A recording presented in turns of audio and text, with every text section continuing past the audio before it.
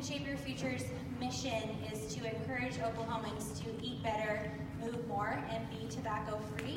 And we have extensive social media strategies to execute that and really help Oklahomans make the healthy choice the easy choice. So just by a show of hands, as James talked about, who here was able to attend Alex's session this morning on Social Media 101? Awesome. Okay, great. So I'll cover a little bit of the same thing. Obviously there's a lot of great sessions here today, so you can't attend them all. So you might hear a little bit of the same strategies, but I'm going to dive a little bit deeper, kind of with the assumption that you have that layer of understanding of the impact of social media and what you can do advertising-wise, tracking-wise, and then really proving ROI or return on investment for your time spent. Because social is great. It's pretty inexpensive when you think about it, but it does take a lot of time, which time is money and not all of us have time. So how can you get the most out of that? So just to kind of lay the focus, Shape Your Future is going to be the brand I'm going to talk the most about today, because we do a lot of that health messaging and we have a farmers market campaign every spring. So just to give you some background information on the brand, our target audience are low SES moms, grandparents, or primary caregivers of children. It's really our goal to help those individuals in Oklahoma understand the impact of health and help them understand the importance of their kids moving for at least 60 minutes a day, filling half their plate with fruits and vegetables. And recent research shows that people are starting to understand the importance of fruits and vegetables, but they don't really know how to kind of have that throughout their daily lives. So we've switched our strategies to really show not just you need to be doing this, but this is how you can do it. A second audience for us are teachers, school administrators, and child care providers. So again, anyone who has influence in children's lives, we want them to understand the importance of being healthy. So at VI, I'll kind of get out of the way, I know there's people on either side of me, but we use a marketing funnel, and this is just a funnel to help us understand where users are in their decision-making process. So someone who is in the attract stage is very different. Maybe they've never heard of a farmer's market, or they don't know where their local farmer's market is, or they're moving to a town that has one, and they didn't previously have access to one before. Their mindset is very different than someone in the convert section of the funnel who maybe goes to the farmer's market every year, is familiar with it. So you have to message to these people very differently because their understanding and their motivators aren't the same. You can't say the same thing over and over because everybody is different, right? So this is kind of how we lay it out to understand what does this person care about, what does this mom of four care about, what does this football coach care about, and how do we help them understand the importance of choosing healthy behaviors. So on this side here, you will see a lot of different tactics, if you will. Social media is a tactic, as we refer to it. So a marketing strategy is that overarching idea that you may have. So, we really want to educate people on the importance of being healthy. A tactic is how you execute that idea. So social media is a tactic that we use for Shape Your Future. And it really excels in the middle of the funnel under educate and engage. And that's probably not very surprising to you when you think about social. You have those one-on-one conversations with people, you get likes, you get comments, you get engagements, but through understanding people's core motivators, you can really send people all the way through the funnel to ultimately convert or visit your farmer's market or whatever that end goal for your organization might be. So to that point, before we do any type of marketing activity, we sit down and we think, what is our overall objective?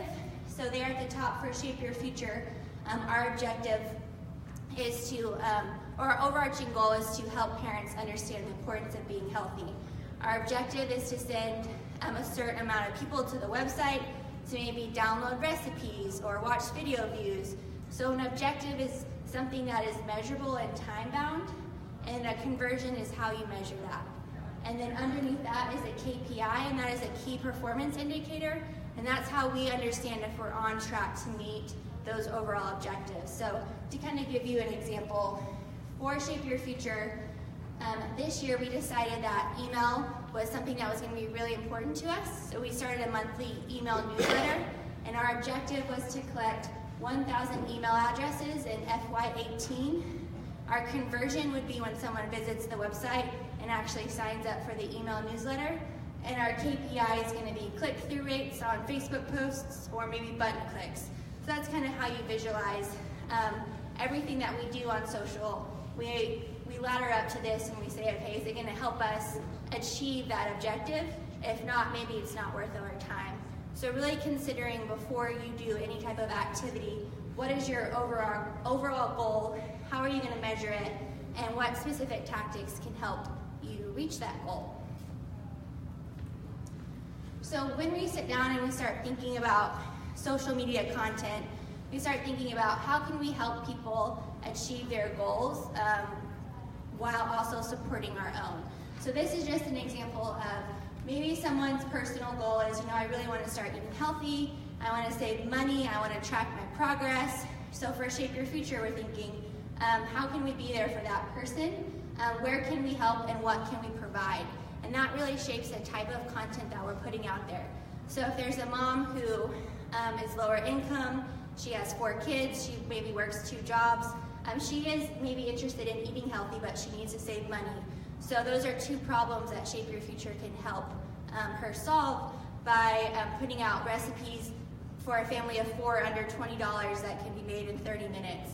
So kind of thinking, what problems are people having in their day-to-day lives, and how can your organization solve them for them? So for Shape Your Future, that's we know what our problems our moms are facing every day, and how can our content meet them in the middle, and they can start thinking of Shape Your Future as a resource. So how can your organization, what makes you stand out from other organizations, and what can you provide people? And then start shaping your content around that, and they won't think that you're advertising to them or you're constantly just pushing messaging. There's someone that can think of you as a resource in your daily lives. So what helps us also shape our content is through the Facebook Audience Insights tool. Who here is on Facebook, I guess, first of all? Who has a Facebook page? Everybody? That's great. Not surprising. Have you run advertising before? Show of hands. Any of the ads? Okay, great. So either you are clicking just boost on a post, and that's demographic information, or you're serving ads through the Facebook Ads Manager. And the Facebook Ads Manager is going to give you a lot more targeting capabilities, and it also has a lot of great planning tools like the Audience Insights tool. So if you're going to run any type of paid media or put dollars behind posts on Facebook, ensure that you're doing that through the Facebook Ads Manager. And if you just Google that, it'll be like the first thing that pops up, and you can create an account from there. And under that tool is the Facebook Audience Insights. And this is actually a screen recording. But basically, you can start putting in a specific location that you care about, maybe demographic information. So you want to know more about women between the ages of 18 to 45 to see really what their interests are.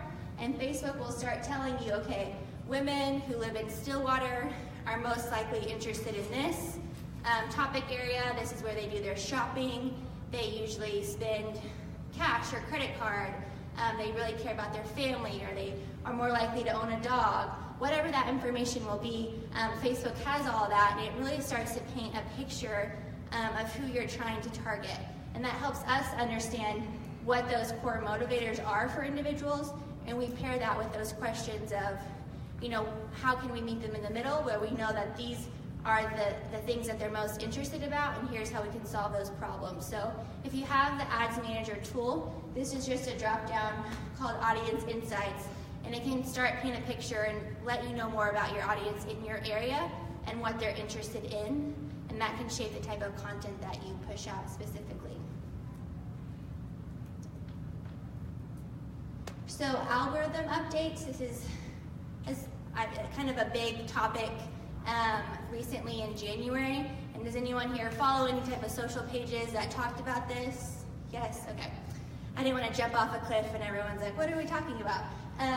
So a Facebook algorithm is basically that machine behind Facebook that helps it understand what you would be most likely to engage with. So every time you log in, you see specific posts from friends and family and pages that you follow, and that's not just on accident. Facebook knows a lot about you, and it knows what you're most likely to click on, and it's serving you that type of information. So every time you log in, the algorithm is learning more about you, about specific audiences, and from the beginning, Facebook has released updates to these algorithms that impacts business pages specifically. So the type of content it's most likely to show in the newsfeed and how that is impacted by businesses. And the latest update in January had a lot of people nervous, so it's kind of why I'm bringing it up here, because really anywhere I go now, people learn I work in social media, and they're like, oh my gosh, the Facebook update, what are you going to do about it? So I wanted to at least touch on it with you all today. So I'm going to run through all of the updates, and then I'm going to provide tips on how you can get around them or update your strategies based on what Facebook is changing to the newsfeed this year. So the first update is that Facebook is going to start prioritizing posts that spark conversations and interactions over other posts that don't. And really, they've been doing this from the beginning, predicting what you would be most likely to be interested in, but now they're saying they're going to serve this even higher up in the newsfeed if they see a specific post as having a ton of comments, and not just one-off comments, but conversations back and forth. They also said that they are going to prioritize friends and family over public content. So this is the one that got a lot of marketers and a lot of businesses really nervous, because they're saying, we don't care how many followers you have or how many engagements, we're going to show friends and family first. But again, this has kind of been Facebook's approach from the beginning. And they said that pages that still have those conversations generated within them will still be served higher in the newsfeed, but friends and family content will be cared about the most. So I don't know if you all know this, but even if you have 1,000 fans on Facebook, if you post something, 1,000 fans aren't going to see it every single time. Maybe if you're lucky, 10%. So this update is saying that maybe even less than that would see it. From there, they will demote engagement baiting tactics in the newsfeed even further.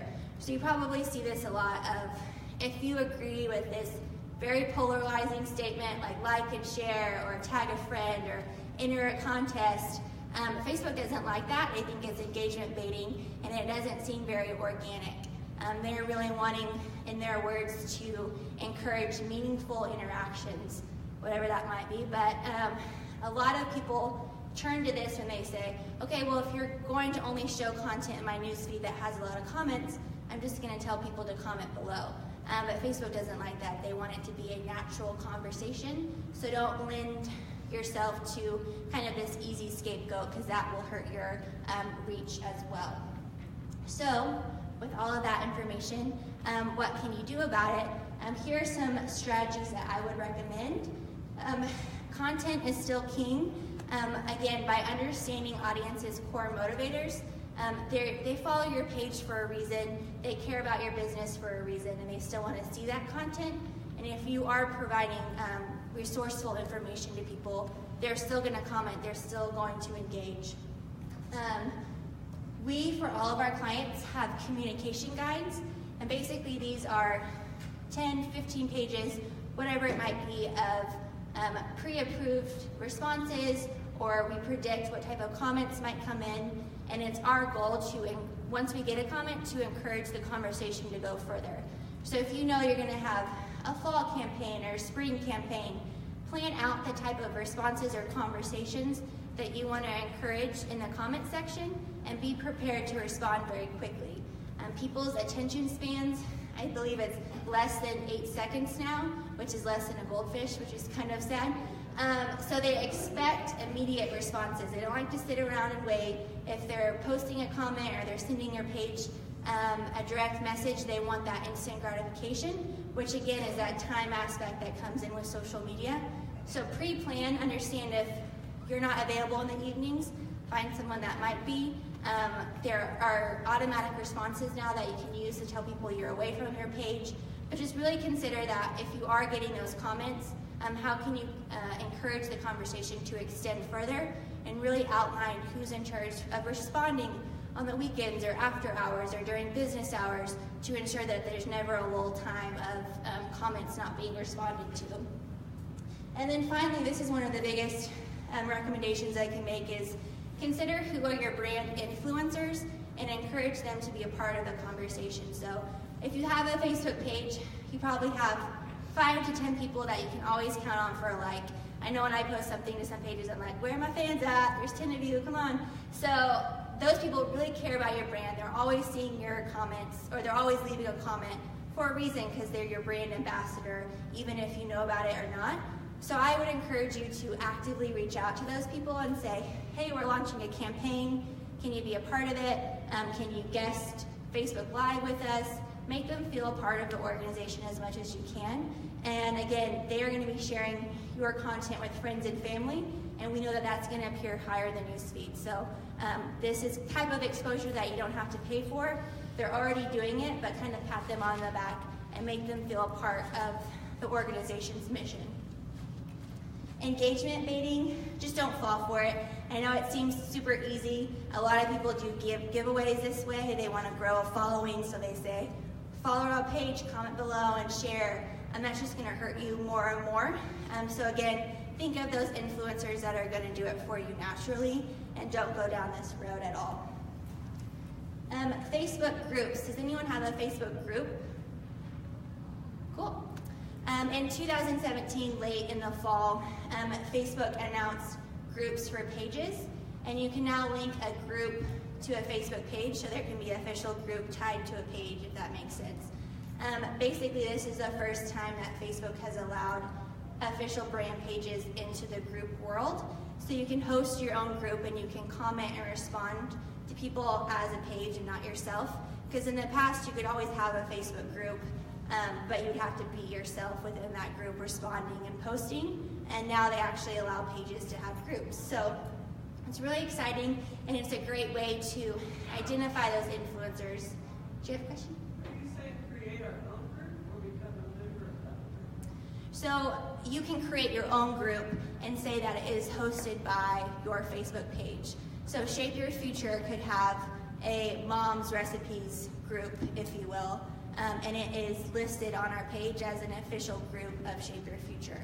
And Shape Your Future could comment as the brand and not Rachel Merritt, if that makes sense. So previously, you would have to be an individual page in groups, and you couldn't be a page, to use the same word like 3 times in a row. But yes, to link an official page to a group, you can do that now.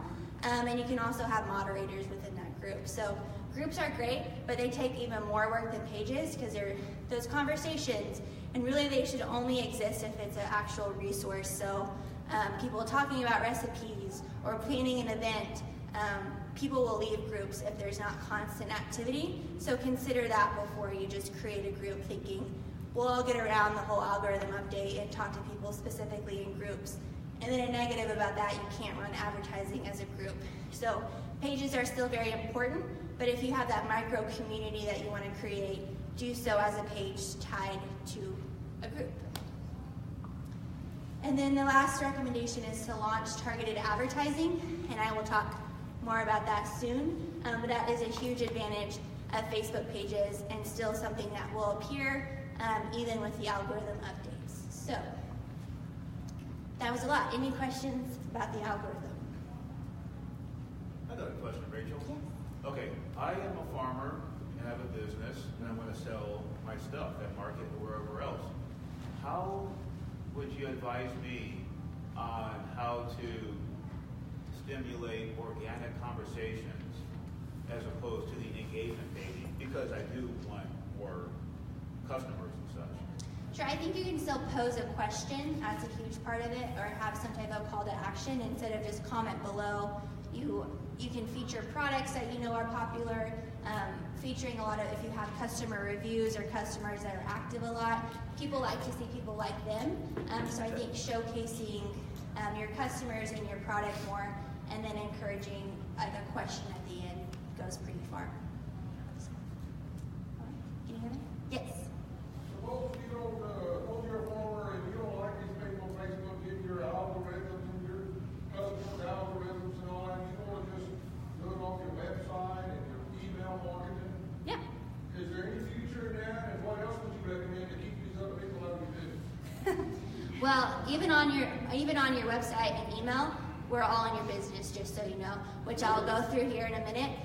Yes, I'm about to talk about Google Analytics and website tracking. So honestly, if you're on the internet in 2018, we have data on you, and that's kind of the unfortunate reality. There are ad blockers, and you can be on a ghosted browser, so you're hidden.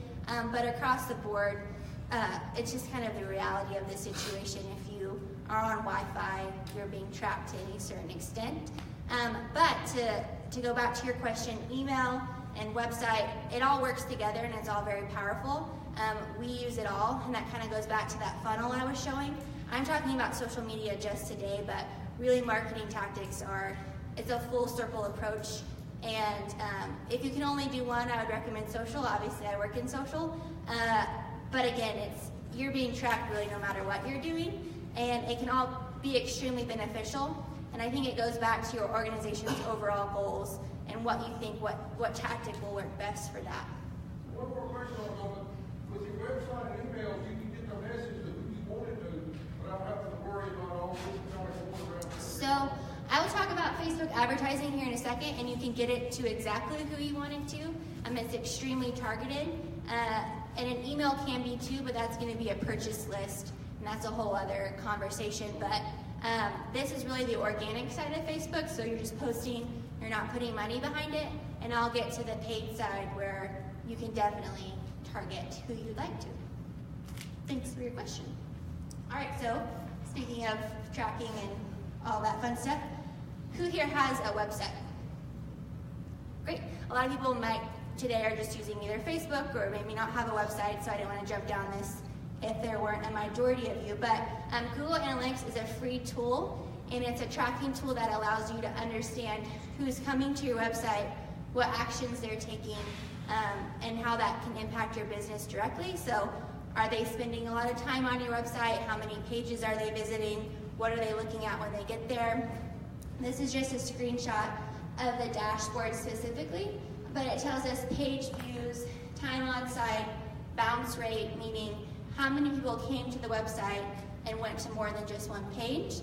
70% is pretty average, and that might surprise you. A lot of people will come to a landing page, see what they need, and then leave. So it's really important to understand what pages they're landing on, and if that's going to communicate what you want very quickly. So from there, this helps us understand.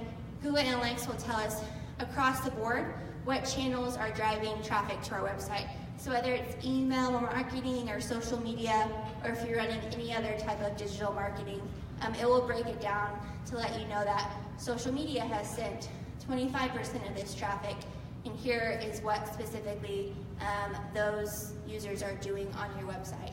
Does anyone have some type of tracking on their website currently and you're looking at that? Great, wonderful. So really that's the top level of it, if you can understand specifically social media traffic. But if you want to look at the exact content that people are coming from, there's a great tool. We won't spend a lot of time on it because it doesn't look like a lot of people have tracking, which is fine. But UTMs are basically tracking codes at the end of URLs that allow you to understand what specifically content people are coming from. So if we put up a post, if you aren't using UTMs, you'll just see overall social media traffic. But if you are using UTMs, you can see specific videos or specific responses to people, and that can kind of help you understand your content strategy. So is video driving a lot of traffic? If so, what specific video? If you write down this bit.ly, it's bit.ly.com/UTM-builder18. It will send you to the UTM builder, and you can start kind of messing around with it to understand more, but it's really one of the more powerful tools. Yes? So, like something like GoDaddy, where you click on, it says, how to get more traffic to your website, and they ask you questions about your website, and then have you try to put these keywords. Is that kind of like that? That's something different. I believe what you're describing is SEO, which is search engine optimization. So you're telling Google and Bing and any type of search engine what your website's all about. So when someone goes and searches, they'll say, oh, this website's what they're looking for. This is identifying to your website specific content drivers. So if you're posting a graphic about an upcoming sale or whatever it might be, and you use a tracking code, you can look on your website and understand the traffic that came from that specific post, not just all social traffic. So this is what, on the back end, what that would look like. So you can, it's probably hard for some of you in the back to see, but basically, since we use UTMs, we can see specifically what campaigns are driving the most traffic, and that helps us optimize our budgets so we understand that the Eat Better campaign is driving the majority of the traffic to the website. These are the actions they're taking. Let's move money towards that, or just time towards that. So not just seeing that paid search is doing really well, but specifically what within paid search is doing great, and how can we move our money specifically to that. And that allows us to optimize in real time towards the messaging and the tactics that we know are performing best. UTMs be attached to Facebook posts? Yes. So basically this whole, let me jump back for you. You would paste in that whole URL, and it will look just the same as you are pasting in any other URL, and users won't know when they click. It's going to look the exact same, but it's basically firing a code at the end. Does it have a generator on there? Yes, so if you were to go to that bit.ly, the very bottom here, Is that a 1.8 or a 1B on the end of that? that's a 1.8, UTM Builder 1.8. So at the top, you would paste in your URL. You would say the source is Facebook, the medium is social, here's the identifiers of this post, and then it spits out it for you. Gotcha. And copy and paste? Copy and paste and you're good. So again, this just helps kind of paint a bigger picture over just not what specific tactics, but what content within those tactics, and how can you write more of it to help you meet your objectives. All right, so the Facebook Pixel. Who here has used the Pixel? Awesome, we're gonna talk about it.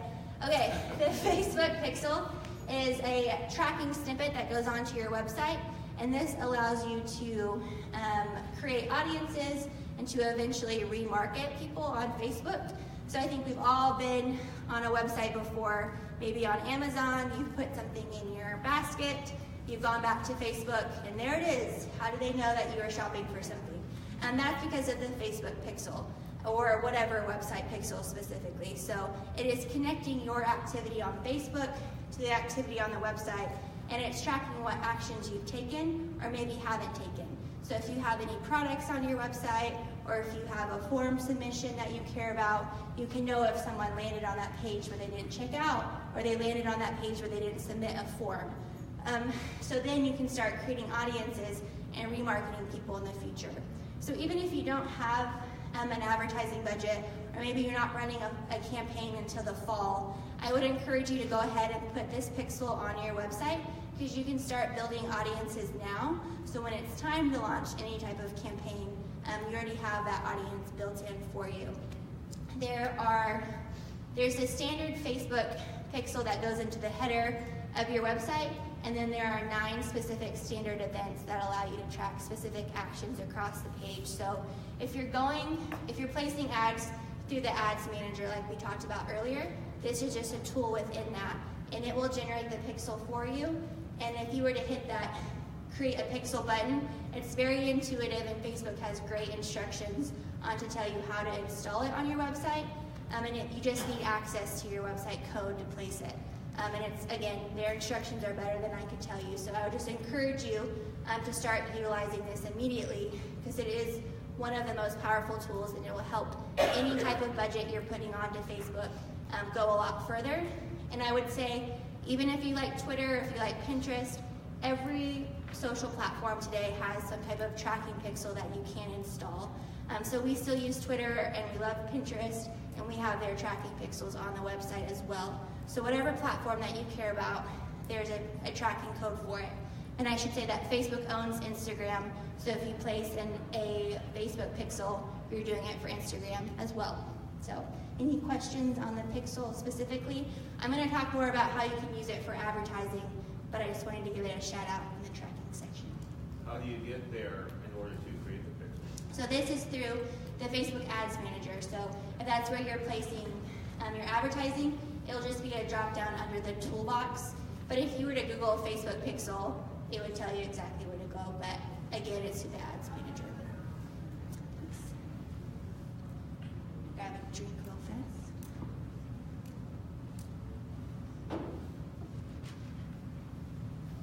Okay, Facebook advertising. I know that my colleague Alex talked a little bit about objectives on Facebook this morning, so I'm just going to go back through it for those of you who maybe didn't attend the 101 session.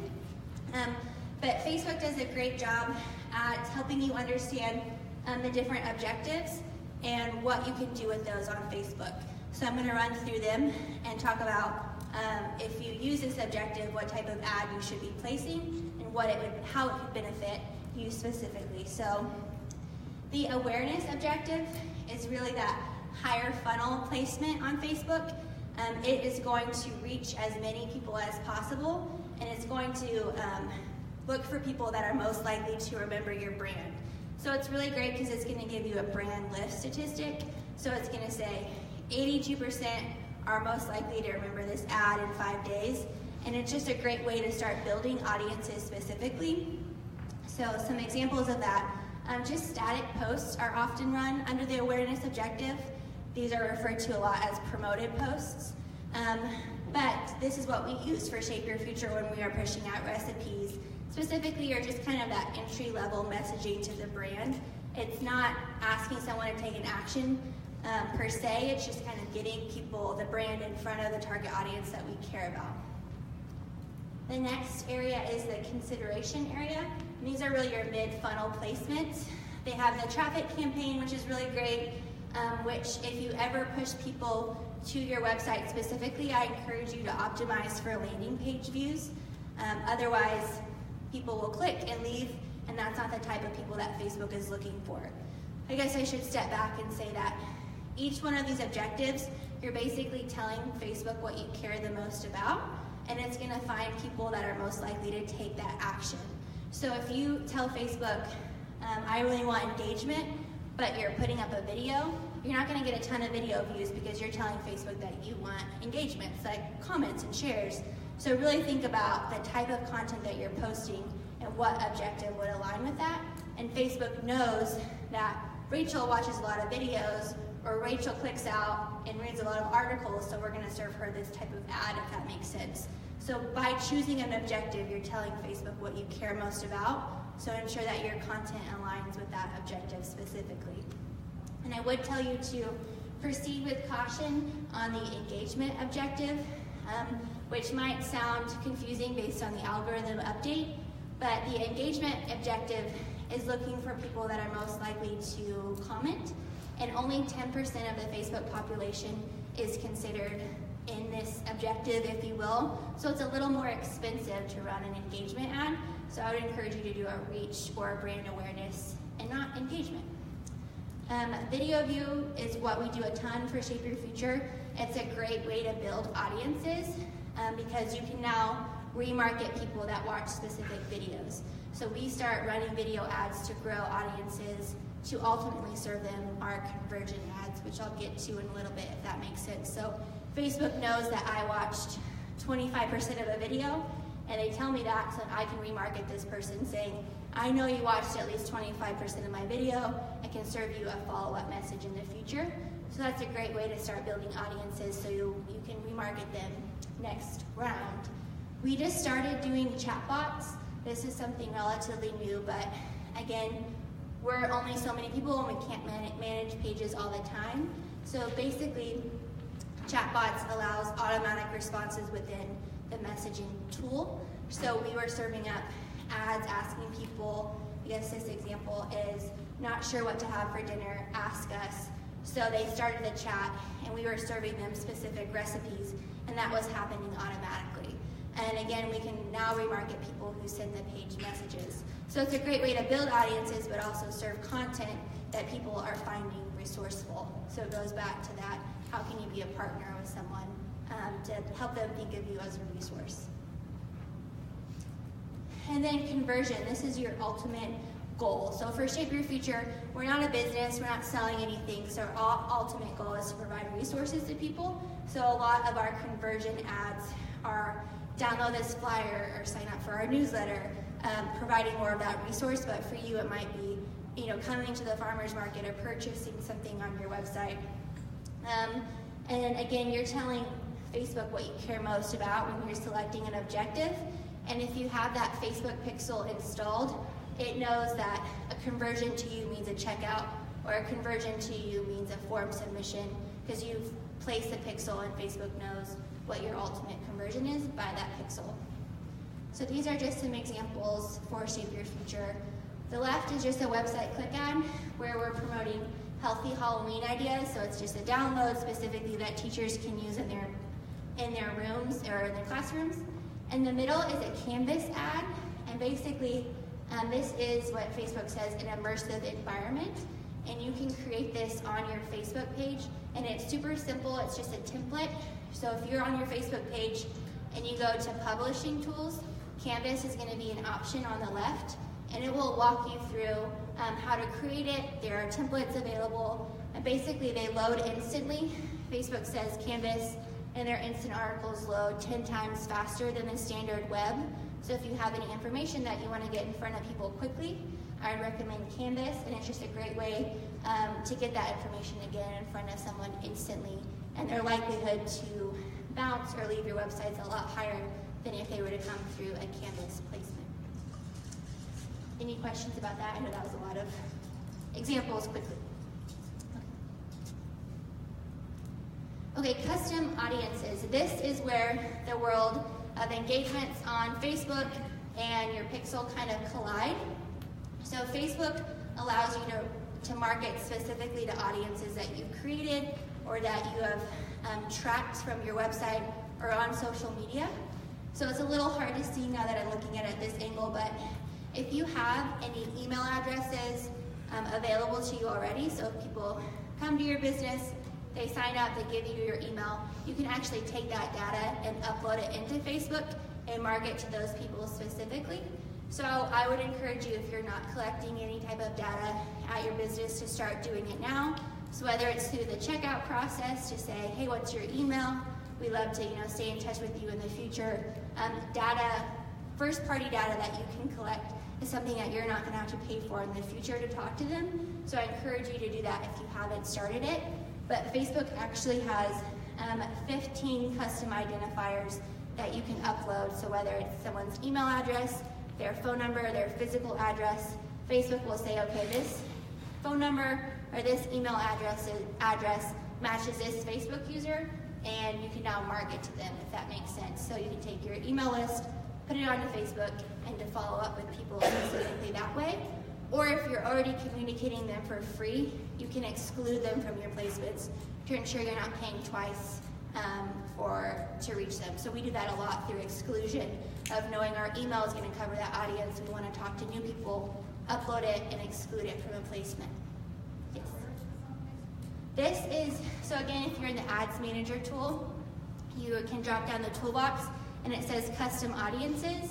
And once you click Create an Audience, this frame on the left will pop up and kind of walk you through your different options. But from there too, you can also remarket people who have taken specific actions on your Facebook page. So again, whether they watched Facebook ads, Facebook video, or they've left a comment, they've sent you a direct message, you can start creating audiences from there. So once you've placed advertising, I would encourage you to go here and start creating those custom audiences to talk to them again in the future. And this is just the back end of the Ads Manager tool. And there at the top is where you can plug in those custom audiences once they're created to say, this is who I want to talk to based on what I just uploaded. But if you don't have that information, you can start targeting people based on demographics, so if they live in a specific town, in a specific radius of that town, or a physical address, so if your business location, you want to talk to people within 5 miles or 10 miles, basic demographic, age, and gender. And then from there is where it gets pretty powerful. Facebook, if you think about all the websites that you log in with your Facebook page, so instead of creating an account, you just click log in with my Facebook. Well, Facebook now knows what you're doing on that website, and it ties it back to your account, and that allows marketers to speak to you specifically. So Facebook can pull in data not only from their website, but from all of their partner websites really across the world. And it also has third-party data partners that can pull in such like credit card information. So we know people who often purchase organic food or go to Whole Foods a lot or care about a certain cause or donate to certain causes. And really that's where you can drill down to specific audiences. For Shape Your Future, we're talking to moms who we know go to fast food restaurants a lot, who buy frozen meals, and we're trying to encourage them to eat healthier. But for you, maybe you care about the people who are already doing that and are your lowest hanging fruit, if you will. So that is under the behavioral tab, and you can start basically searching for specific types or just clicking around to see what type of behaviors people have and target them specifically with your content. Any questions about that? Okay. All right, I have a quick case study. I know we're running out of time, but I'm just going to go through start to finish how we concept campaigns and how we execute them, and then how we measure if they were successful or not. So for Shape Your Future, like I said, every spring we have a farmers market campaign, and we're not promoting a specific farmers market. We're just encouraging Oklahomans to visit their local farmers market. And every time that we start a new campaign, our first step is research. So our search team started looking at, what problems are people facing around farmers markets? Why would they consider going, or what's keeping them from going? And what we found is that there were a ton of searches around hours and operations. Not that surprising. So when are they opening? When are they closing? Where's their address? So if you have a Google My Business page, or if you don't, I would encourage you to get one, because that's where this information is going to pop up, and you can update it throughout the season as it goes if it changes, but that's where they're going to find that information. And then we started seeing searches of how to shop at a farmer's market, which seems like an interesting question, but I guess it was just, if you take a step back and think, it's a very different experience than going to a grocery store, and it seemed to be intimidating to this audience of, do I need cash? Do I have to bring bags? Am I going to be carrying everything? Am I going to be talking to people I don't know? So in 2018, people want to know what to expect, and they're looking for information around, how do I even go somewhere, and how do I even shop there? And then finally, are there nutrition programs available from farmers market? So we took this information and we went back to that funnel I was talking about, and we planned our content accordingly based on what the problems or barriers we knew people were having with farmers markets, and how could we help break down some of those barriers so that people felt comfortable, that lower income moms felt comfortable taking their family to farmers market, and they would know what to expect when they got there. So attract is really that top level messaging that Shape Your Future will always talk about. Fill your plate with half fruits and vegetables, and we paired that with farmers markets can help you do that. And then we considered the engage section of the funnel, and we really wanted to answer the question of, why would someone visit a farmer's market? Maybe it's building relationships with the farmers, shopping for fresh produce that they know is in season. And from there we said educate. So how can we talk about cost of a farmer's market, convenience, and then showcasing the SNAP program so that we can answer that nutrition program question that we know a lot of people were having.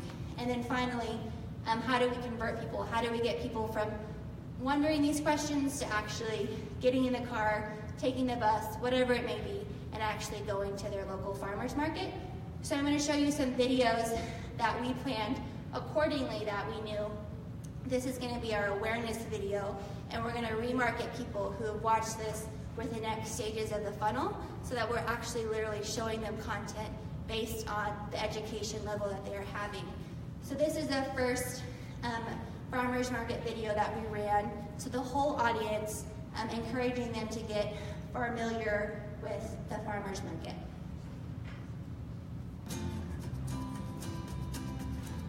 For first-time customers, when you come to a farmer's market, they're very different than shopping at the local grocery store. There's not a centralized checkout point. Each booth is their own business, and so you'll conduct a transaction with each individual vendor depending on what they sell. We farm year-round, so You know, in the spring, we'll put out our onions, potatoes, broccoli. You know, we do squash, green beans, okra, watermelons, corn. When we get into the fall, you know, we have our pumpkins, winter squashes. And then when it gets too cold to grow outside, we have greenhouses, and so we grow hydroponic tomatoes, cucumbers, bell peppers. So we're just farming year-round. So if you've never been to a farmer's market before, please come out and visit us. This is a very family-friendly environment. We have a lot of different fun activities and events. We're giving samples, and we want to meet you. We want to know our community just as you guys want to know us. So we have a few minutes. So that was the Engage video trying to answer the question of why. So get to know your farmer. This is Chad. He grows year-round. You know that it's fresh.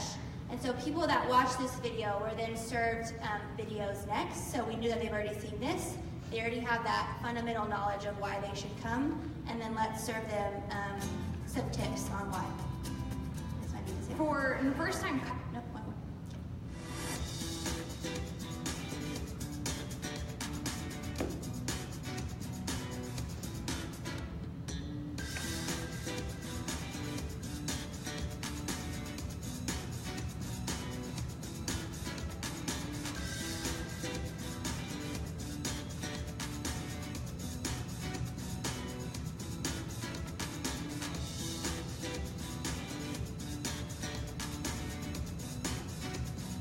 So if you notice, it's a lot shorter than the first one. There's no voiceover, but it's a lot more educational. So we know we've laid the foundation of, here's the warm and fuzzy of why you should come to the farmer's market.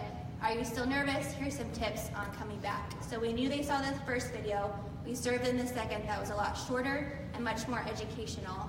I don't think I have time to go through all of them, but the last video just covered the SNAP program and how it worked exactly to kind of break down those barriers. So from there, once they saw all the videos, we started serving them our lowest funnel tactic, which were these website click ads, pushing to specific locations of farmers markets. And this was some of our top performing content even after they saw the video, because they were ready to take action.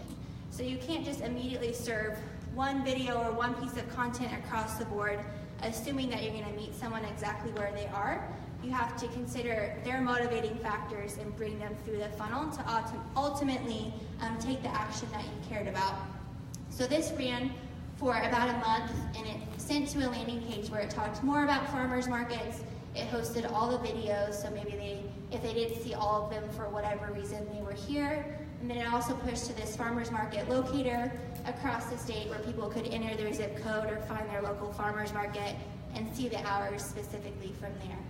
So for a month campaign, we had just over 100,000 video views, and we know that those video views were among our target and took them exactly through the steps that I outlined of the awareness video, the engage video, and then ultimately educate. So we knew that they had the full circle of understanding of the farmers market experience. We sent a total of just under 1,200 sessions to the landing page, and 78% of those people took some type of action, whether it was searching for their local farmers market or downloading a flyer to see what was in season. So we knew that the information was impactful because people were taking action once they hit the website. So that's a lot of information quickly. I know we're out of time, but just consider your overall objectives and how you can provide content to meet those objectives. Ensure that you're tracking and optimizing based on the data that you're seeing. And then always consider how you can provide value to people on social. Thank you. All right.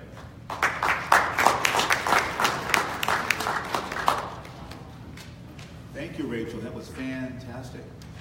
We are running out of time. However, there was great information. And so is there a question or two that you may have that you may want to ask that she can answer for you real quick that can help you with your operation, with your organization? Yes? About samples of engaging questions for farmers that sell at the farmers market. Well, put me on the spot. Let's see. Samples of engaging questions, I would say, like, maybe you provide a recipe that goes along with it. So here's something that you could cook with this fresh produce. Do you have any questions about it? Or what's for dinner tonight? Have you considered this? Or, things like that of thinking about what someone might be considering throughout their day So if it's lunchtime or dinner time, and then providing some type of question or resource based on the time of day or the type of content that you're pushing. Facebook Live does really well. I know y'all are using it for this conference, but maybe you go live at the farmer's market one day and you interview a farmer and kind of take them through that process.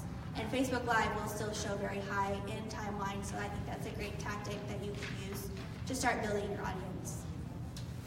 And one more question. All right. Thank you so much for attending. We're on to session 4. Be sure to